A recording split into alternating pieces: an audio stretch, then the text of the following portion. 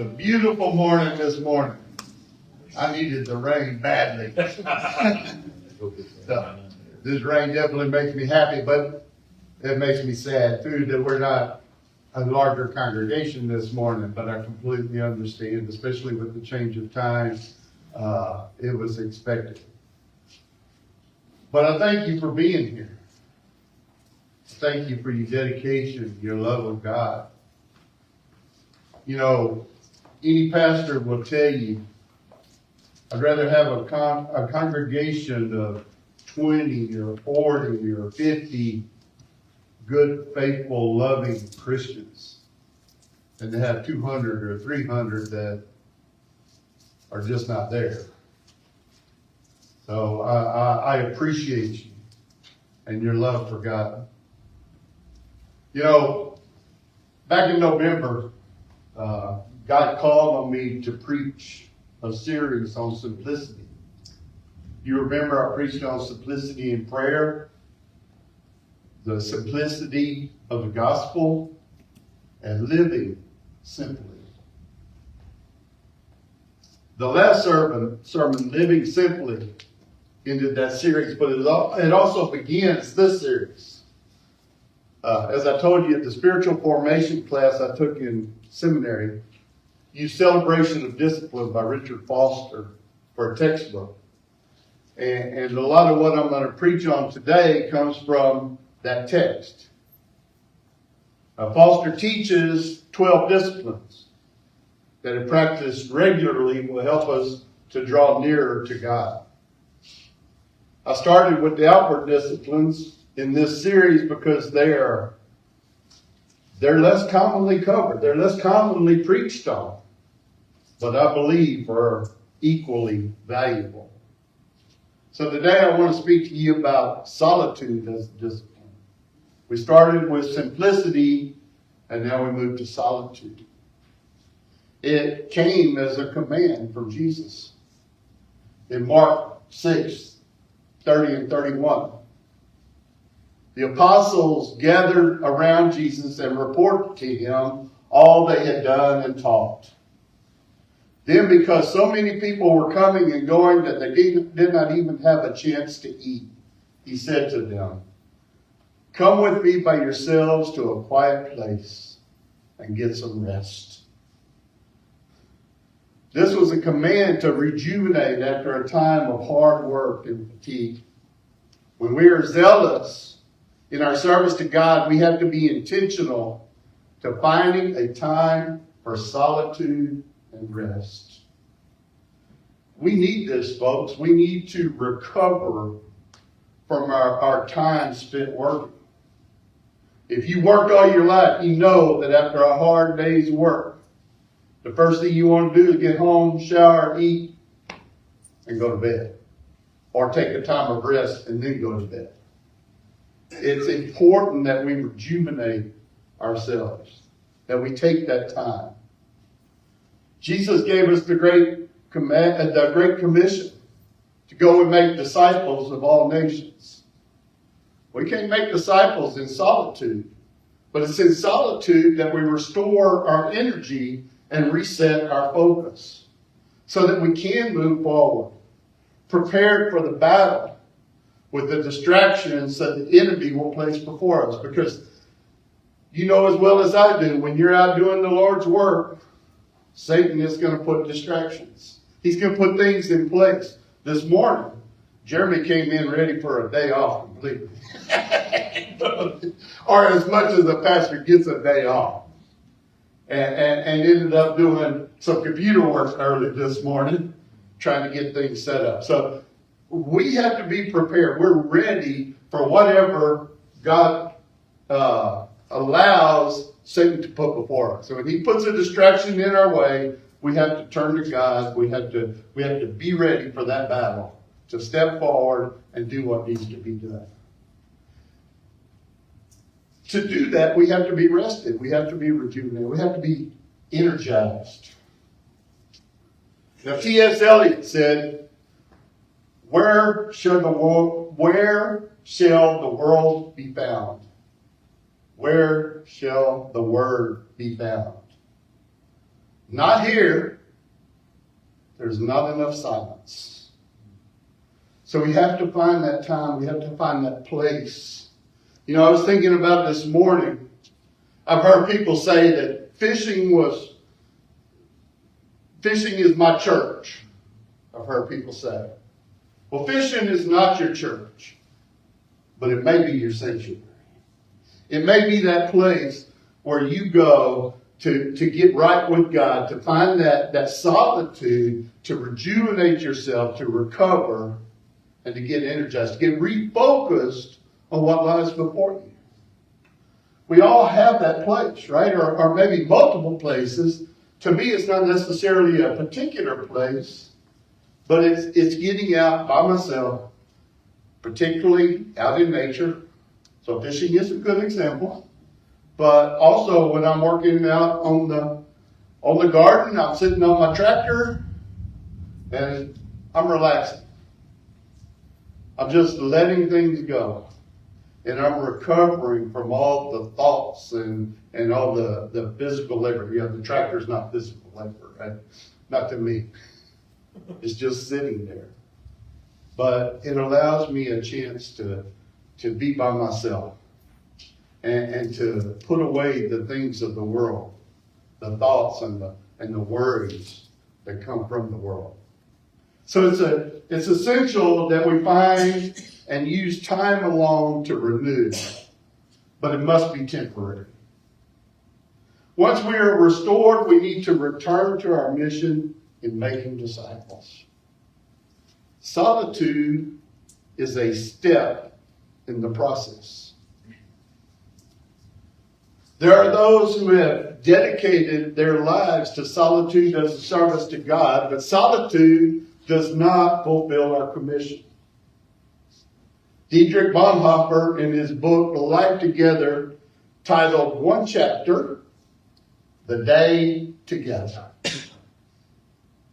He titled another chapter, The Day Alone.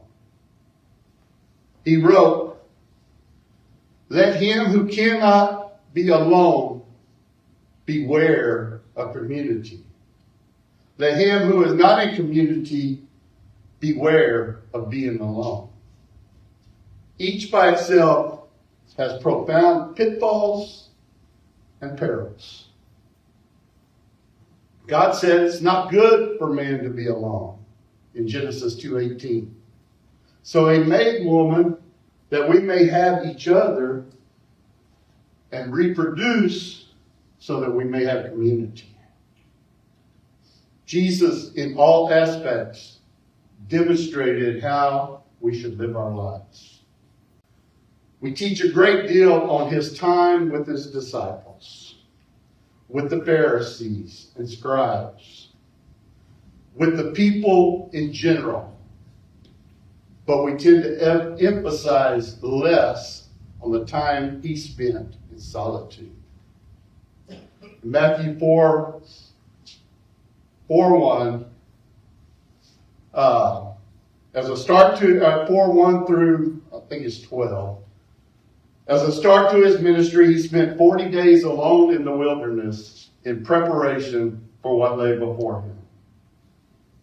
In Luke 6:12, he spent the entire night alone in the hills before choosing the 12. After receiving the news of John the Baptist, he withdrew in the boat to a lonely place apart in Matthew 4:13. In Matthew 4:23, Mark 1:35, Luke 5:16, Matthew 17:1 through 9, Matthew 26:36 through 46, he used solitude to prepare for a great event that was about to happen or to rejuvenate from a great work he had just done. Remember, solitude is temporary and must be used to prepare us for or restore us from community. Foster writes, "Loneliness is the inner emptiness. Solitude is inner fulfillment."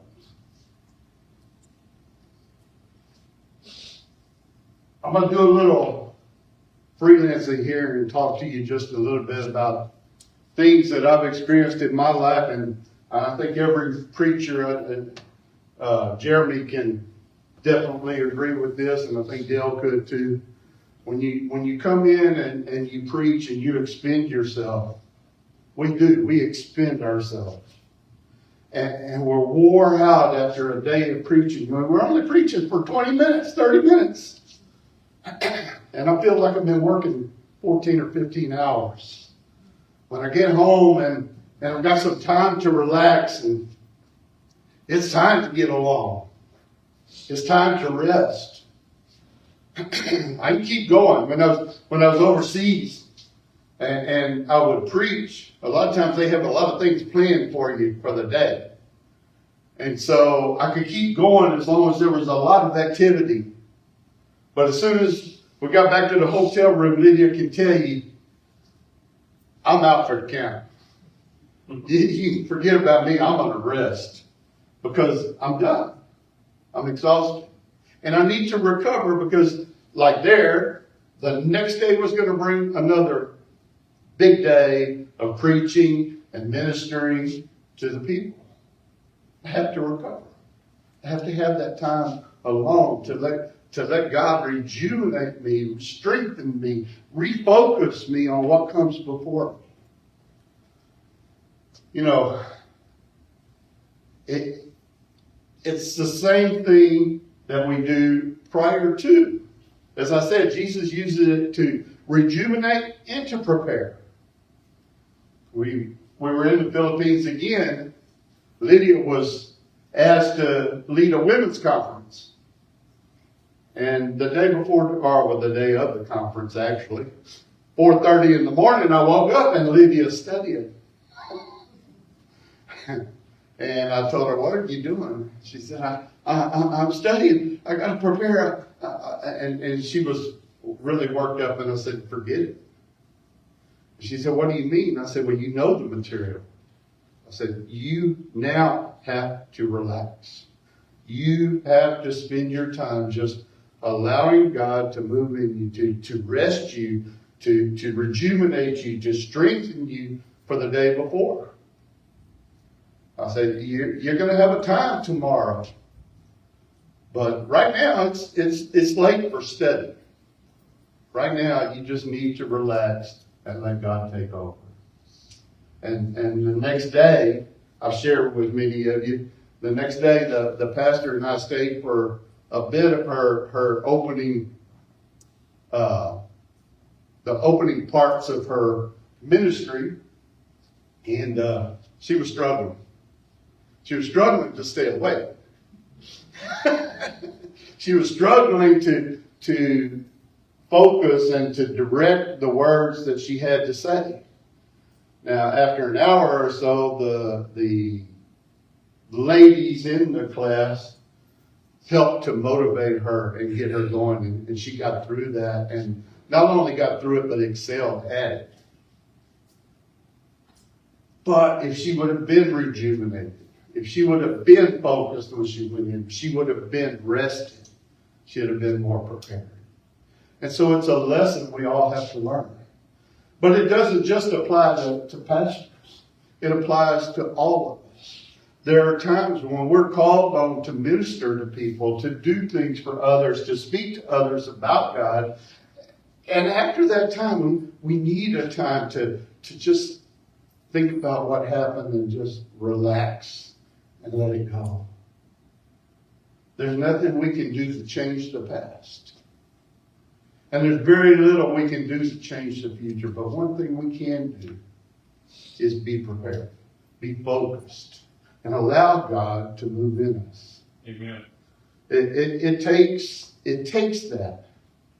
My energies when I speak, I want to direct them toward letting God, letting go of myself and let God take over. You know, this morning, this is going to be a pretty short. I'll let you out early today. Maybe we can beat the next onslaught of rain. But I want you to think about this, and this applies primarily to those who have already found God. But even if you're seeking, if you're just thinking about God, that time alone is so important to finding Him. Amen. You know, I want to cover one more thing that I found in my life, and I've preached on this quite a few times, is that the Bible tells us, in particularly in the Old Testament, that God speaks with a still small voice. And when we're using the other or practicing the other disciplines, if we're in solitude, if we're quiet, and nobody else is distracting us, and we put our focus on God, we can hear that still small voice. And as we hear it, as we give ourselves over to the Lord, and we hear His voice more and more, we recognize it more and more. And it goes from a point from you having to be in that place where there is no distraction, where there is no sound, where nobody else is saying anything. You go from hearing Him there to hearing Him in a little louder, a little more clamorous environment. And then you go to a point where you can hear Him in a very loud, chaotic environment, where the noise keeps you from understanding any person. You can still hear Him and what He has to tell you. But it comes in the beginning with hearing Him in silence. Hearing Him quietly whisper to you what He would have you do. Amen.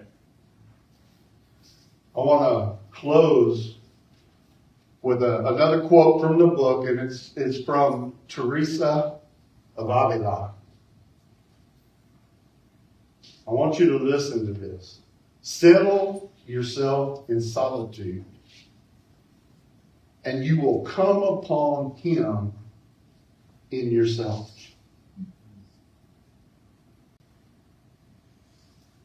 Let's hear that again. Settle yourself in solitude, and you will come upon Him in yourself. He's there with us always. He speaks to us.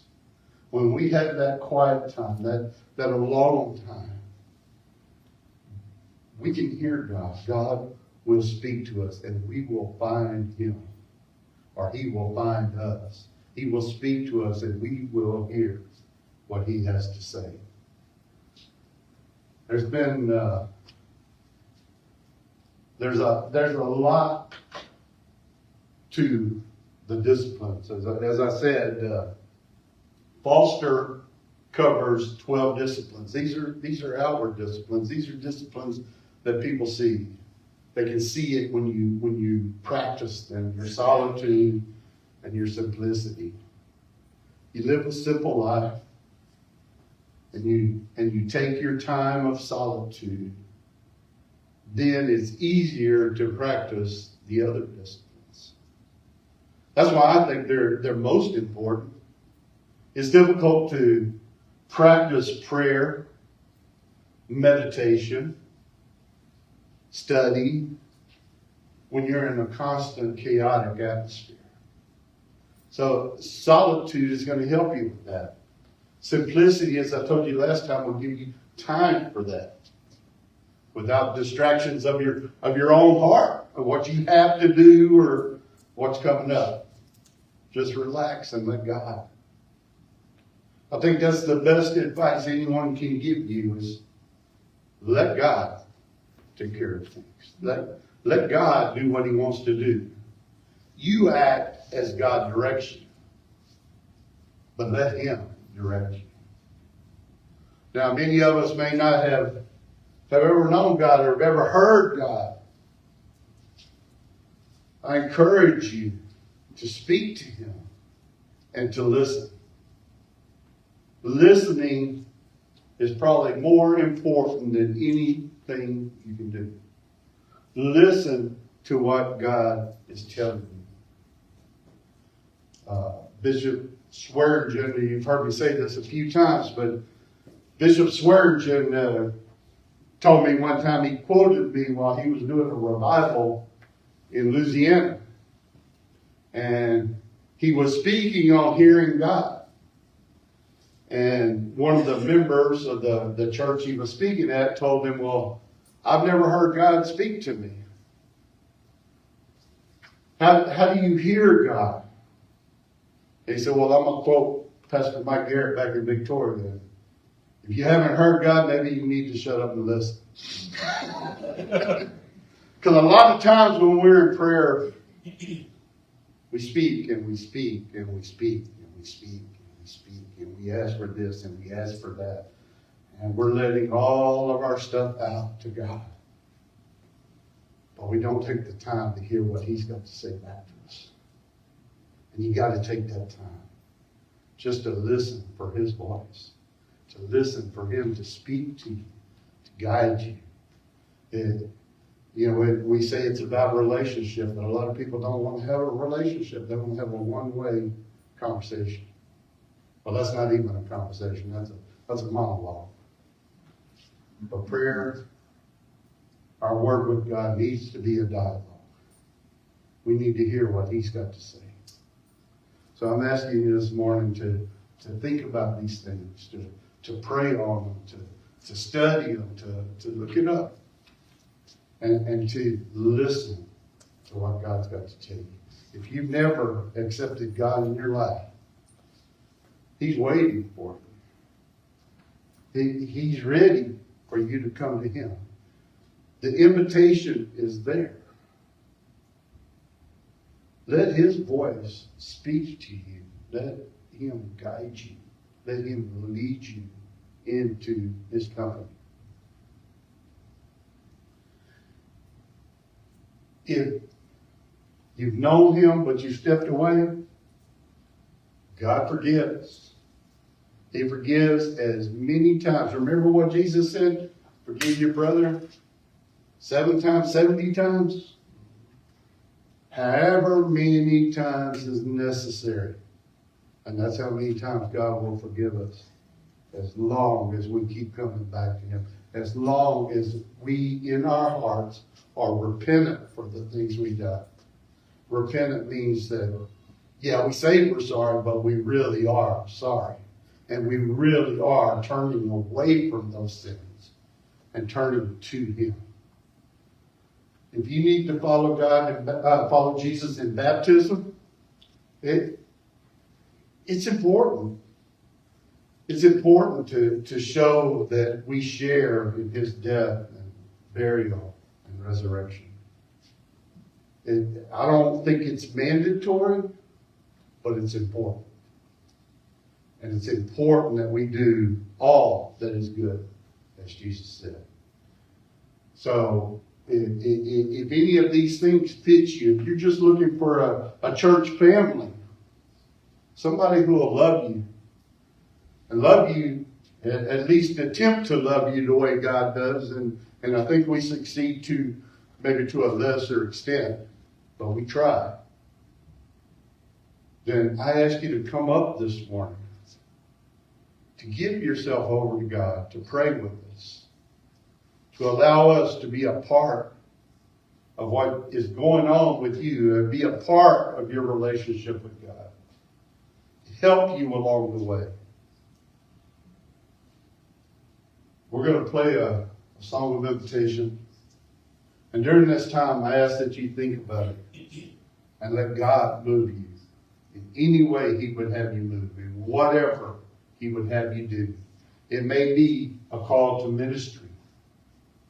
If God is calling you, don't hesitate. Allow Him to have that word, that direction in your life.